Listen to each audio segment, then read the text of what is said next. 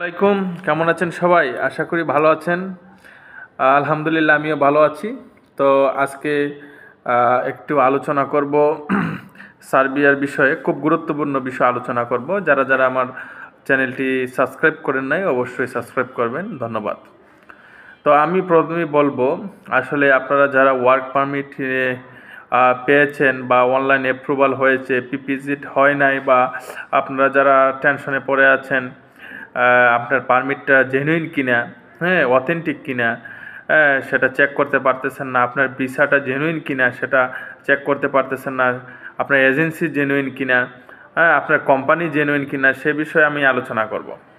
তো আমি বলবো যে আপনারা প্রথমেই বলবো যে বিষয়টা, আপনারা যার মাধ্যমে ফাইলটা প্রসেস করবেন অবশ্যই আপনি চিন্তা ভাবনা করে প্রসেস করবেন। কেননা বর্তমানে সার্বিয়াতে ভিসা প্রসেস হচ্ছে সত্য, কিন্তু বেশি অংশেই ফেক ভিসা এবং fake invitation, work permit, company fake supply, তারপর দেখা যায় অনলাইন অ্যাপ্রুভাল মানে অনলাইন অ্যাপ্রুভাল হয়েছে সেটা দেখাচ্ছে, কিন্তু আপনার অনলাইন অ্যাপ্রুভাল হয়ে ভিসা হয়ে আসতে প্রায় অনেক সময় নিচ্ছে। কেন সময় নিচ্ছে সে বিষয়ে আলোচনা করব। তো আমি বলবো, প্রথম বলি আপনাদের ওয়ার্ক পারমিট যে বিষয়টা, সেটা অবশ্যই 9 পৃষ্ঠার হয়ে থাকে আর 9টা পেজের হয়ে থাকে। আপনারা অবশ্যই যদি 9 পেজের ওয়ার্ক পারমিট পেয়ে থাকেন তাহলে মনে করবেন যে সেটা জেনুইন। তবে হ্যাঁ, অবশ্যই ওয়ার্ক পারমিট 9 পৃষ্ঠার হলেই যে জেনুইন সেটা নয়।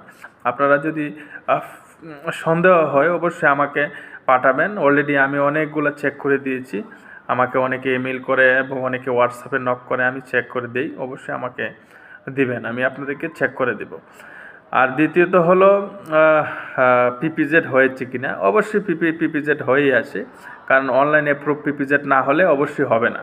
আপনারটা যদি পিপিজেড হয় তাহলে অনলাইন অ্যাপ্রুভাল হবে। আর ভিসা ফেক কিনা জেনুইন সেটা আসলে নির্ভর করে আপনাকে ম্যান পাওয়ার উপর। আপনারা যখন ম্যান পাওয়ার করতে যাবেন তখন অবশ্যই দেখা যায় ম্যান পাওয়ার যদি জেনুইন হয়ে থাকে অবশ্যই হয়। বর্তমানে দেখা যাচ্ছে জেনুইন ভিসা না, ফেক ভিসা, তারপরেও ম্যান পাওয়ার হচ্ছে। সুতরাং সেটাও একটা টেনশনের বিষয়। বাংলাদেশে তো জানেনই সব কাজই করা যায়, হ্যাঁ, সব কাজের মধ্যে একটা টাকা পয়সার বিনিময়ে করা যায়। তো সুতরাং সেখানে একটা টেনশনের ভয় আছে। সো আমি মনে করব আপনারা ভালো এজেন্সির কাছে ফাইল জমা দেন, যেখানে টেনশনের কোনো কিছু থাকবে না এবং আপনারা খুব সহজেই বাইরে চলে যেতে পারবেন। তো আমি বলবো আপনারা কোম্পানিটা যেন জেনুইন হয় সে বিষয়ে লক্ষ্য রাখবেন। আরেকটা বিষয়, আপনাদের এসএসসি সার্টিফিকেট মাস্ট বি আপনাকে দেখাতে হবে। আর যদি না দেখান, আমি আর আগের ভিডিওতে বলছি যে এসএসসি সার্টিফিকেটটা অবশ্যই আপনারা দিবেন। আর যদি এসএসসি সার্টিফিকেট আপনাদের না থাকে সেই ক্ষেত্রে আপনার এজেন্সিকে বলবেন একটা সার্টিফিকেট তারা বানিয়ে দিবে।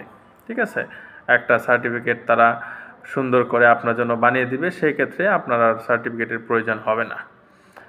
তো কোনো প্রশ্ন যদি অবশ্যই থাকে ওয়ার্ক পারমিট, পিপিজেড বা ভিসা সংক্রান্ত, ভিসা ফেক কিনা, অবশ্যই আমাকে নক করবেন আর আমার ভিডিওটা শেয়ার করবেন। ধন্যবাদ, ভালো থাকুন, আসসালামু আলাইকুম।